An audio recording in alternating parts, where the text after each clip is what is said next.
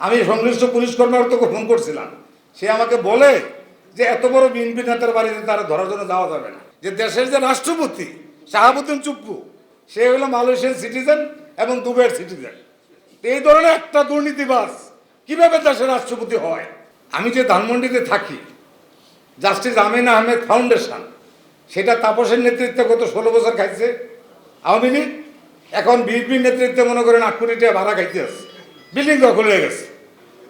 আগে শাহজাহান খানের নেতৃত্বে মনে করেন যে শ্রমিক আপনার শ্রেণীরা খাইতো সাদা, এখন আর আমি বিএনপির এই নেতার নাম মুখে নিতে চাই না।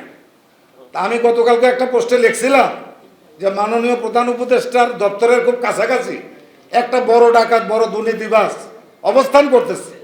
আমি সংশ্লিষ্ট পুলিশ কর্মকর্তাকে ফোন করছিলাম, সে আমাকে বলে যে এত বড় বিএনপি নেতার বাড়িতে তারা ধরার জন্য যাওয়া যাবে না। তা আপনারা জানেন যে দেশের যে রাষ্ট্রপতি শাহাবুদ্দিন চুপ্পু, সে হলো মালয়েশিয়ান সিটিজেন এবং দুবাইয়ের সিটিজেন। এই ধরনের একটা দুর্নীতিবাজ কিভাবে দেশের রাষ্ট্রপতি হয়? স্বৈরশাসক শেখ হাসিনা পালায় গেল, কিন্তু তার দোসররা, এই যে সেনাপ্রধান ওয়াকার বলল যে 600 পরিবার আমার হেফাজতে আছে, আমি যে পোস্টার লিখলাম যে আপনার 6টা পরিবার দেখান, যে এই 6টা পরিবার কে, আজ পর্যন্ত তো একটা পরিবারও সে দেখাইতে পারলো না। প্রিয় ভাই বোনেরা আমার, আপনারা দেখছেন যে 111-এর সময় এই দুর্নীতি বিরোধী কথা বইলা এই ফখরুদ্দিন মঈনুদ্দিনকে প্রশ্নবিদ্ধ কইরা এই মাসুদউদ্দিন চৌধুরীর নেতৃত্বে জুনিয়র সেনাবাহিনীর অফিসাররা বিভিন্নভাবে মানুষকে হয়রানি করে এই লুটপাট করছে। আবার কিন্তু সেই বাহিনী আবার কিন্তু এখন কাজ করতেছে। কয়েকদিন পরে এই চিত্রটা আপনারা বুঝতে পারবেন।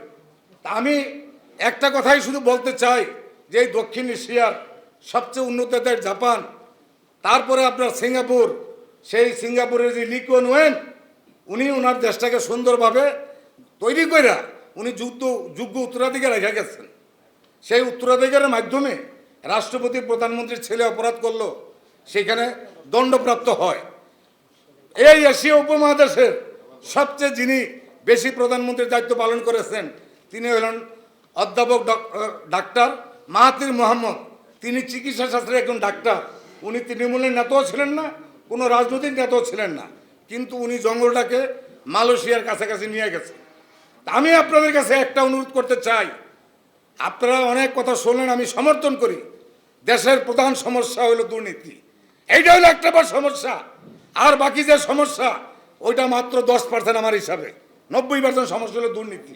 যদি এই দুর্নীতিকে আপনারা নির্মূল করতে পারেন, এই দেশপ্রেমিক ছাত্র জনতা এই দুর্নীতিকে যদি নির্মূল করতে পারেন, এই দেশ ইউরোপ আমেরিকা না হোক, অন্ততপক্ষে মালয়েশিয়া, চীন, ভিয়েতনামের মতো গড়ে উঠবে।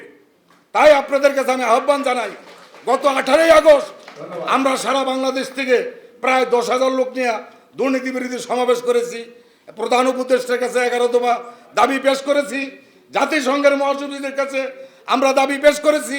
আগামী দিনে ঐতিহাসিক সোহরাওয়ার্দী উদ্যানে অধ্যাপক আব্দুল আবু সাঈদ স্যারের নেতৃত্বে আমরা একটা মহাসমাবেশ করব। সেই মহাসমাবেশে 20 লক্ষাধিক লোকের উপস্থিতিতে এই দেশের যারা করাপ্টেড লোক তাদেরকে বলতে চাই যে আর কোনো দুর্নীতি আপনারা করতে পারবেন না।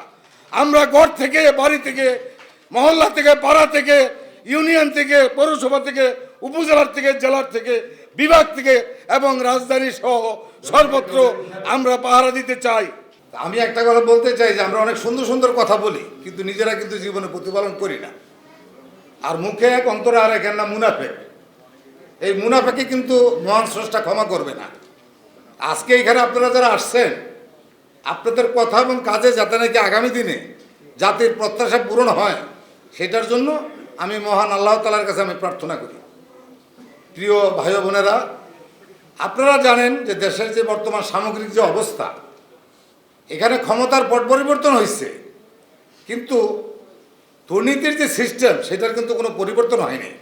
এলো মুক্ত চিন্তার স্বাধীন দৈনিক খবরের কাগজ। এখন খবর হবে নিখাত, নির্ভীক, নিরপেক্ষ।